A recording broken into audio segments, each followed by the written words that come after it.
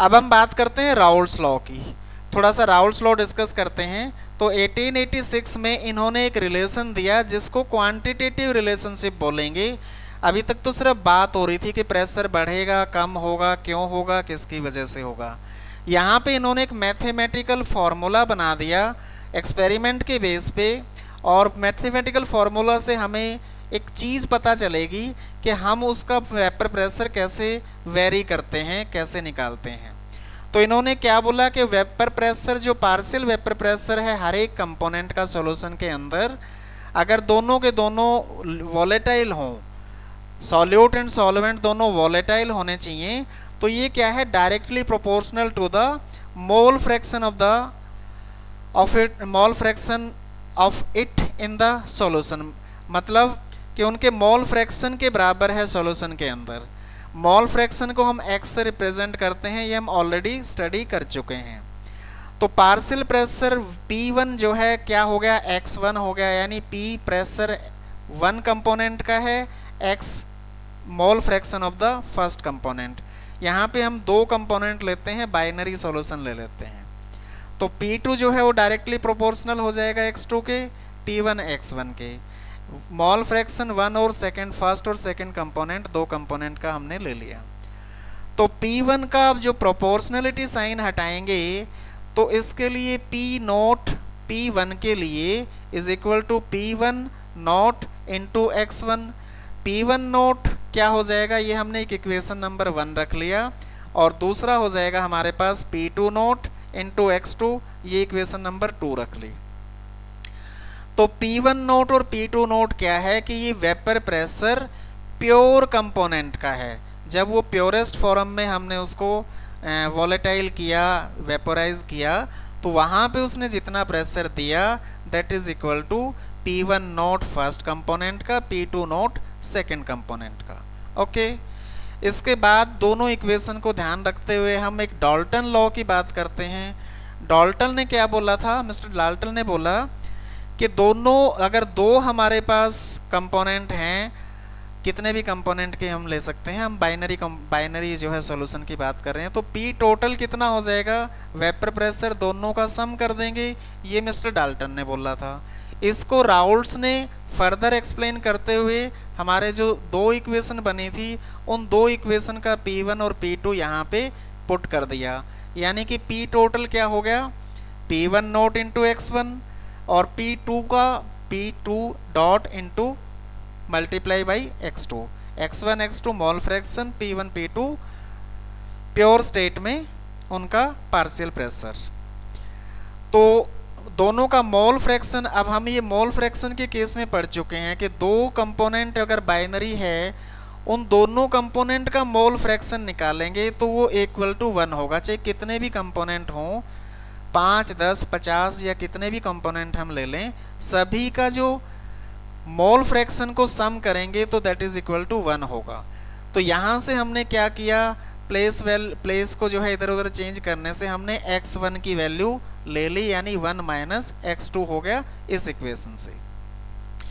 सो यहाँ पे इस इक्वेशन को जो है x1 की वैल्यू अगर हम इसमें डाल देते हैं, यहाँ पे डाल देते हैं, x1 की वैल्यू रिप्लेस कर देते हैं, इसमें हमने P1 नोट को इधर ले आए, उससे कोई फर्क नहीं पड़ेगा, चाहे तो आप इसके ब्रैकेट के पहले रख सकते हैं। तो 1 माइनस x2 हो जाएगा, x1 की वैल्यू डाल दी, plus P2 note into x2 की वैल्यू डाल दी। अब ये बात है, हम ऐसा कर क्यों रहे हैं, हम ये हम ऐसा इसलिए कर रहे हैं कि हमारे पास P टोटल किसी एक कंपोनेंट की फॉर्म में आ जाए। जब किसी एक कंपोनेंट की फॉर्म में आ जाएगा तो हम उसकी क्या बात करेंगे, हम आगे डिस्कस करते हैं। तो ये हमने इसको जो है मल्टीप्लाई कर दिया P1 इसके 1 के साथ माइनस x2, तो पहले हो गया P1 note minus x2 into P1 note, plus दूसरे वाला हमने एज इट इज रखा।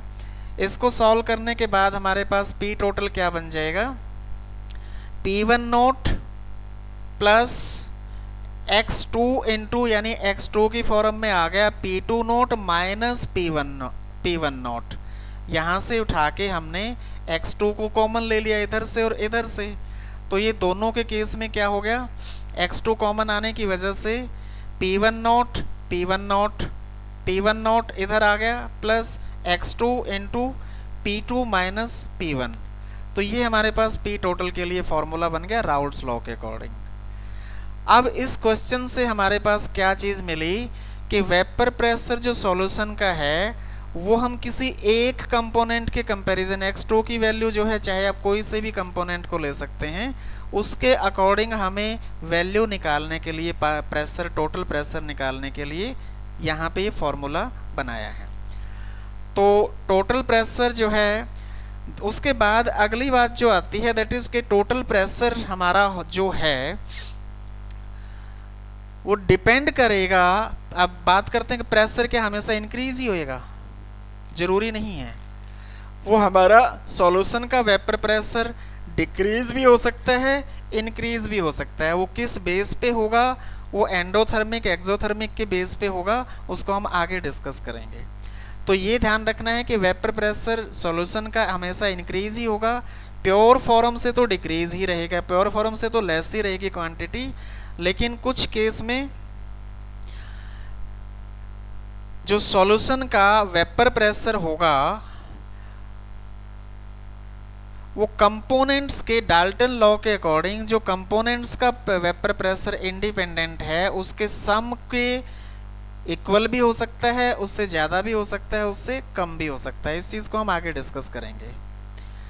अभी हम डिस्कस करते हैं एक ग्राफ। इस ग्राफ के अंदर आप देखिए, ऐसे ग्राफ देखने से हमें डायरेक्ट समझ नहीं आता है। एक्स एक्सिस पे हमने मोल फ्रैक्शन लिया है, वाई एक्सिस पे वेपर प्रेशर लिया है। तो वेपर प्रेशर जो है P टोटल इस केस में क्या बन गया, P1 प्लस P2 जो है बनेगा। कैसे हम बात करेंगे, x1 मोल फ्रैक्शन जो है सॉल्वेंट का है, x2 मोल फ्रैक्शन सॉल्यूट का है। हमने x1 सॉल्वेंट लिया है, x2 सॉल्यूट लिया है, मोल फ्रैक्शन, ये ध्यान रखना है। तो अब हम इससे आगे जो है ग्राफिकल रिप्रेजेंटेशन कांस्टेंट टेम्परेचर के ऊपर हम बात करते हैं। ये देखिए, शुरुआत कहाँ से करें,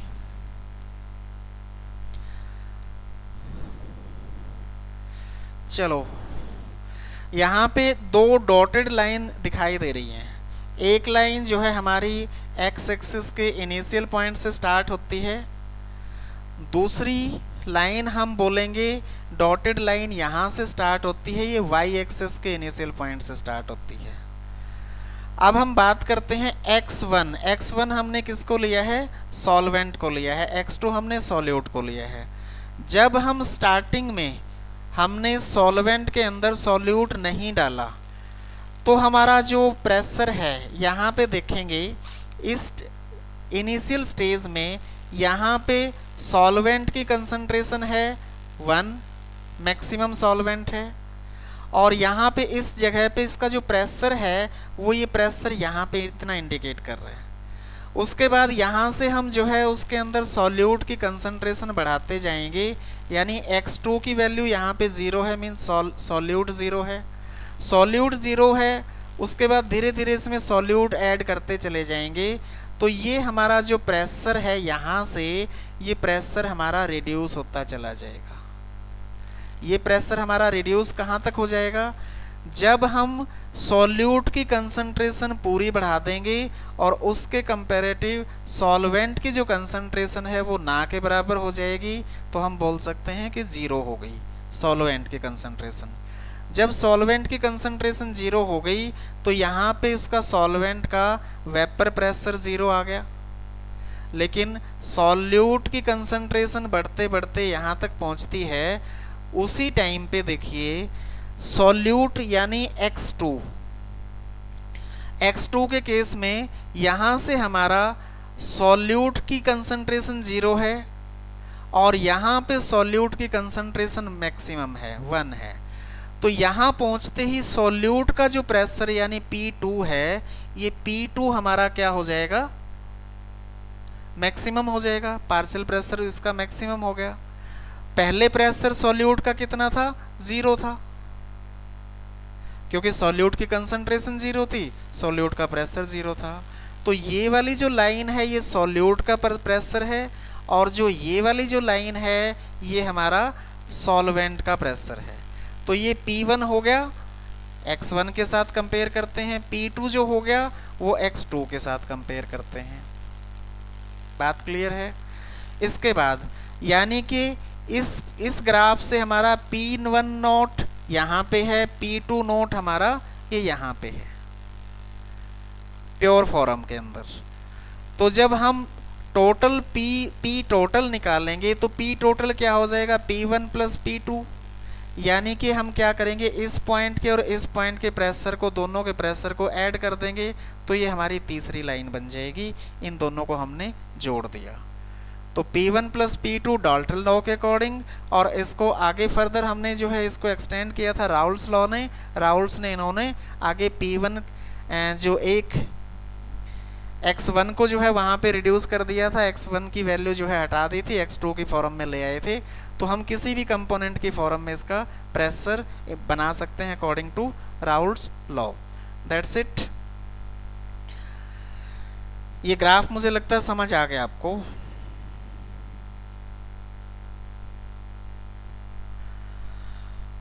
ओके अब एक चीज और देखिए, यहाँ पे एक स्टेटमेंट दी है कि Raoult's law special case of Henry's law.